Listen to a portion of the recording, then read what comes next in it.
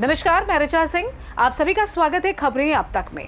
आज की हमारी खास पेशकश में कुछ कहानियां हैं, प्रेरणा से भरी, विज्ञान से जुड़ी और सियासत से सुलगती हुई। तो चलिए पहले जानते हैं कि आज हम किन मुद्दों से आपको रूबरू करवाने वाले हैं। पहला, एक 7 साल की बच्ची जिसने योग को बनाया जीवन और बन गई ग्लोबल योगा आइकॉन। दूसरा, भारत के पहले अंतरिक्ष यात्री शुभांशु शुक्ला की धरती पर ऐतिहासिक वापसी। तीसरा, बिहार की सियासत में हलचल, क्या तेज प्रताप यादव बनेंगे समाजवादी पार्टी का नया चेहरा।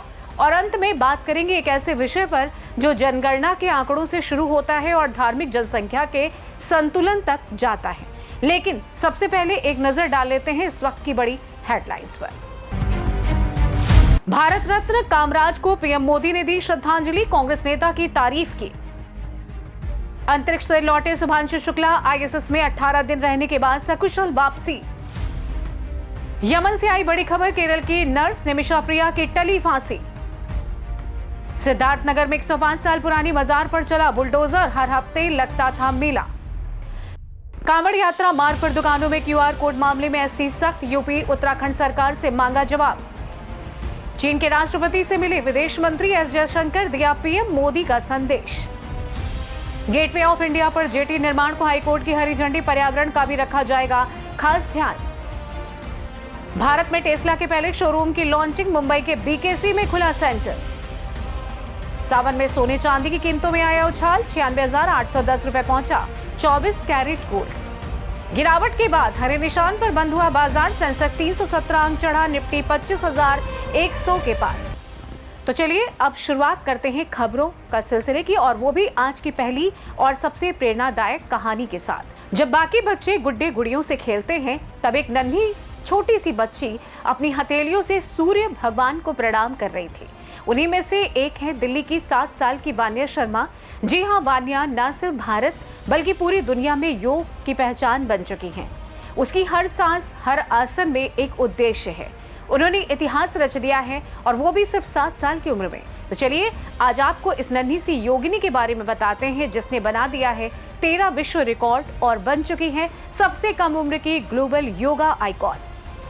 जब देश की बेटियां केवल किताबों और खिलौनों तक सीमित न रहकर तप, साधना और सेवा के मार्ग पर निकल पड़ती हैं, तो भारत का भविष्य संवरने लगता है। आज हम आपको मिलवाने जा रहे हैं भारत की उस बेटी से जिसने 7 साल की उम्र में वो कर दिखाया है जो शायद बड़े बड़े योगाचार्य भी नहीं कर पाए।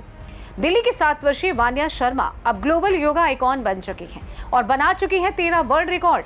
उनकी कहानी है संघर्ष, अनुशासन और भारतीय संस्कृति से जुड़ाव की। वान्या ने महज 2 वर्ष की आयु में योग की साधना शुरू की थी और आज उन्होंने 13 अंतर्राष्ट्रीय वर्ल्ड रिकॉर्ड अपने नाम करके सबसे कम उम्र की ग्लोबल योगा आइकॉन बनने का गौरव प्राप्त किया है। ये record Guinness Asia, India, universal और इंटरनेशनल बुक ऑफ रिकॉर्ड जैसी संस्थाओं में दर्ज है। दिल्ली के पीतमपुरा स्थित एसडी पब्लिक स्कूल में कक्षा 2 की छात्रा वान्या का दिन सूर्य नमस्कार, ध्यान और वैदिक मंत्रों के साथ प्रारंभ होता है। ठंडी हो या गर्मी, बारिश हो या आंधी, उनकी साधना में कोई विघ्न नहीं आता। योग उनके लिए अभ्यास नहीं, जीवन की आत्मा बन चुका है। वान्या को योग की प्रेरणा उनके माता पिता हेमंत और हिमानी शर्मा से मिली, जो स्वयं भी योग के समर्पित साधक हैं। उन्होंने नन्ही उम्र से ही वान्या को न केवल योग से जोड़ा बल्कि उसे संस्कार और जीवन शैली के रूप में आत्मसात कराया।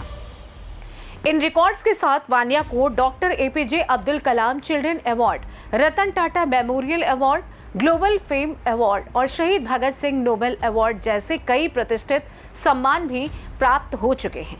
लेकिन वान्या की साधना केवल स्वयं तक सीमित नहीं। उन्होंने योगा फॉर हर घर नाम से एक विशेष अभियान शुरू किया है, जिसके तहत वो दिव्यांग बच्चों को योग सिखा रही हैं। उनका मानना है कि योग शरीर नहीं, चेतना को लचीला बनाता है। उन्होंने नेपाल सहित कई अन्य देशों में वर्चुअल योग सत्रों के माध्यम से भारतीय संस्कृति का प्रचार प्रसार किया है और वैश्विक मंच पर भारत की आध्यात्मिक धरोहर को पहचान दिलाई है। वान्या की अगली पहल है योगा लिटिल्स, एक ऐसा डिजिटल प्लेटफॉर्म जहां बच्चे खेल खेल में योग सीख सके। इसके अलावा वो एक डॉक्यूमेंट्री पर भी कार्य कर रही हैं जिसका नाम है स्वस्थ भारत, जो योग और आयुर्वेद के माध्यम से भारत की परंपरा को दुनिया के सामने एक नई दृष्टि से प्रस्तुत करेगी। वर्तमान में वान्या तिलकी फाउंडेशन की ब्रांड एम्बेसडर हैं और अनेक संस्थाएं हैं उन्हें बाल योग दूत के रूप में सम्मानित कर चुकी हैं। जाहिर है आज के समय में जहां छोटे बच्चों का ध्यान स्क्रीन और शॉर्टकट्स में उलझा है, वान्या शर्मा जैसे बच्चे हमें याद दिलाते हैं कि सच्ची साधना, अनुशासन और संस्कृति में ही विकास का आधार छिपा है। वान्या न केवल भारत की उम्मीद है बल्कि वो उस आध्यात्मिक जागरण की मिसाल है जो अगली पीढ़ियों को योग, सेवा और संतुलन का संदेश दे रही है। ये सिर्फ एक योग कहानी नहीं, ये एक सांस्कृतिक पुनर्जागरण की शुरुआत है जिसकी अगुवाई कर रही है एक 7 साल की बेटी। बने रहिए हमारे साथ, हम लाते रहेंगे ऐसी ही प्रेरणादायक कहानियां जो दिल को छू जाएं और देश को आगे बढ़ाएं। खैर, बढ़ते हैं हम अपनी अगली रिपोर्ट की ओर। भारत ने आज अंतरिक्ष विज्ञान की दुनिया में एक और स्वर्णिम अध्याय जोड़ा है। देश के पहले अंतरिक्ष यात्री शुभांशु शुक्ला एक्सियोम 4 मिशन के तहत 18 दिनों की ऐतिहासिक यात्रा के बाद सकुशल धरती पर लौट आए। अंतर्राष्ट्रीय अंतरिक्ष स्टेशन पर बिताए गए इन 18 दिनों ने न केवल विज्ञान की दुनिया में भारत की मौजूदगी को मजबूत किया, बल्कि मिशन गगनयान की दिशा में भी एक अहम कदम बढ़ा दिया है। पीएम नरेंद्र मोदी ने इस ऐतिहासिक वापसी पर शुभांशु शुक्ला का गर्मजोशी से स्वागत करते हुए कहा कि भारत के लिए गर्व की घड़ी है। पीएम मोदी ने कहा कि यह हमारे मिशन गगनयान की दिशा में एक और मील का पत्थर है। वहीं लैंडिंग के बाद शुभांशु शुक्ला और उनके साथी अंतरिक्ष यात्रियों को मेडिकल परीक्षण और पुनर्वास के लिए भेजा गया है ताकि वे पृथ्वी के वातावरण में फिर से सहज हो सके। आपको बता दें कि अंतरिक्ष स्टेशन पर रहने और काम करने वाले भारत के पहले अंतरिक्ष यात्री शुभांशु शुक्ला अपने दल के साथ 18 दिनों का वक्त पूरा करने के बाद वापस लौट आए हैं। वे अंतरिक्ष यान पर 22 घंटे का सफर पूरा करने के बाद धरती पर वापस लौट आए। लैंडिंग के बाद सभी अंतरिक्ष यात्रियों को मेडिकल जांच और 7 दिन के पुनर्वास के लिए ले जाया गया ताकि वे पृथ्वी के गुरुत्वाकर्षण में फिर से ढल सके। आपको बता दें कि मिशन गगनयान से पहले मानव मिशनों के परीक्षण के लिहाज से बेहद अहम है। इसरो की योजना के मुताबिक 2026 में पहला पूर्ण मानव मिशन प्रक्षेपित किया जाएगा, जिसमें 3 भारतीय अंतरिक्ष यात्रियों को पृथ्वी की निचली कक्षा में भेजा जाएगा। शुभांशु शुक्ला की ऐतिहासिक यात्रा न केवल भारत की वैज्ञानिक क्षमता को रेखांकित करती है बल्कि दर्शाती है कि भारत अब अंतरिक्ष अन्वेषण के वैश्विक मंच पर आत्मनिर्भर और अग्रणी भूमिका निभाने के लिए तैयार है। आने वाले वर्षों में गगनयान, चंद्रयान और सूर्ययान जैसे मिशनों के साथ भारत की अंतरिक्ष यात्रा और भी रोमांचक होने जा रही है, जो भारत के लिए किसी उपलब्धि से कम नहीं। खैर, बढ़ते हैं हम अपनी अगली रिपोर्ट की ओर।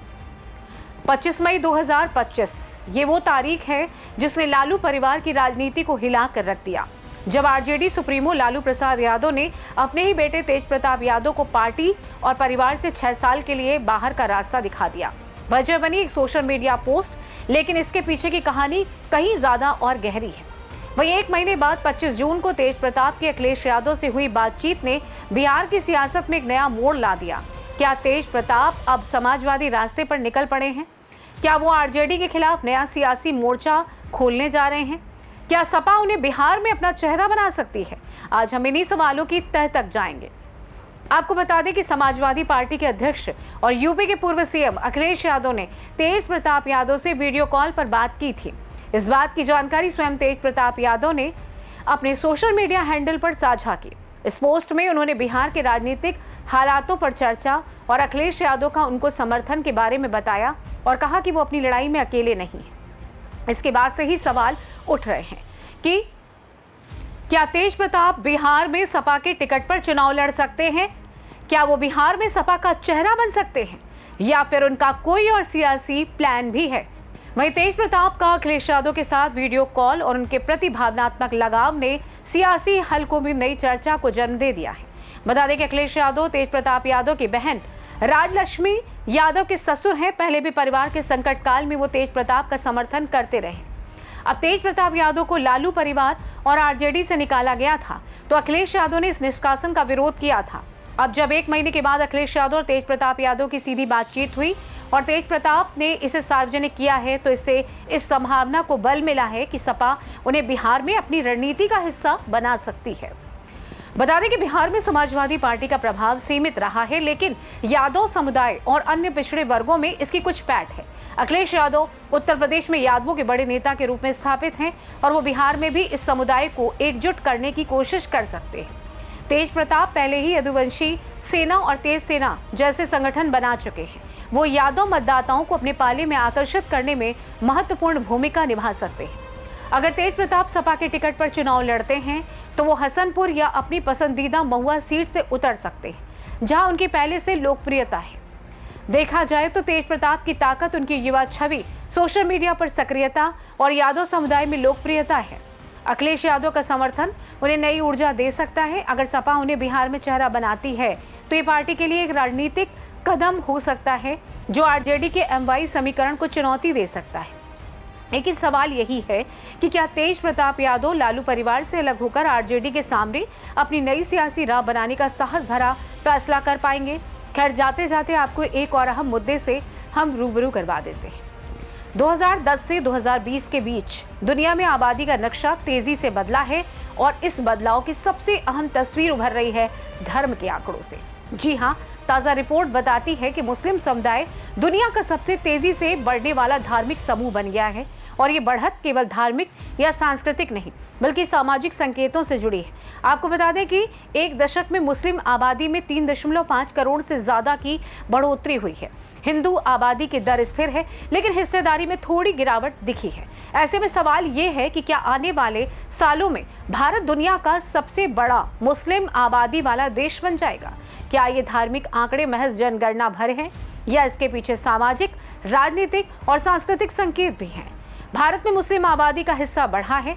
2010 में भारत की कुल आबादी में मुसलमानों की हिस्सेदारी 14.3% थी, जो 2020 में बढ़कर 15.2% हो गई। भारत में करीब 3.56 करोड़ मुसलमान बढ़े हैं। हिंदू आबादी की हिस्सेदारी 80% से घटकर 79% रह गई। अगर यही रुझान जारी रहे तो 2050 तक मुस्लिम और ईसाई आबादी लगभग बराबर हो सकती है। अनुमान है कि भारत 2050 तक इंडोनेशिया को पीछे छोड़कर दुनिया का सबसे बड़ा मुस्लिम बाहुल्य देश बन सकता है। वहीं हिंदू आबादी भी बढ़कर करीब 1.4 अरब हो जाएगी। मुस्लिम समुदाय में औसतन जन्म दर सबसे ज्यादा है। आंकड़ों के मुताबिक एक मुस्लिम महिला औसतन 2.9 बच्चे पैदा करती है, जबकि गैर मुस्लिम महिला का औसत 2.2 है। इसके अलावा मुस्लिम समाज में युवाओं की आबादी का हिस्सा ज्यादा है।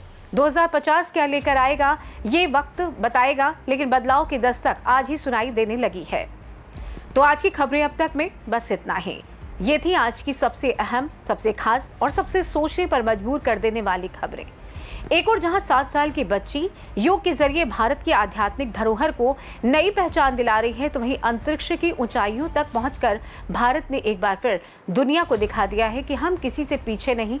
और अंत में आबादी के आंकड़े जो न सिर्फ जनसंख्या का लेखा जोखा है बल्कि समाज के बदलते ताने बाने की झलक भी देते हैं। फिलहाल आपकी इन मुद्दों पर क्या राय है हमें कमेंट करके जरूर बताइएगा। तब तक मुझे दीजिए इजाजत, फिर मिलेंगे नई खबरों, नए विश्लेषण और एक नई सोच के साथ।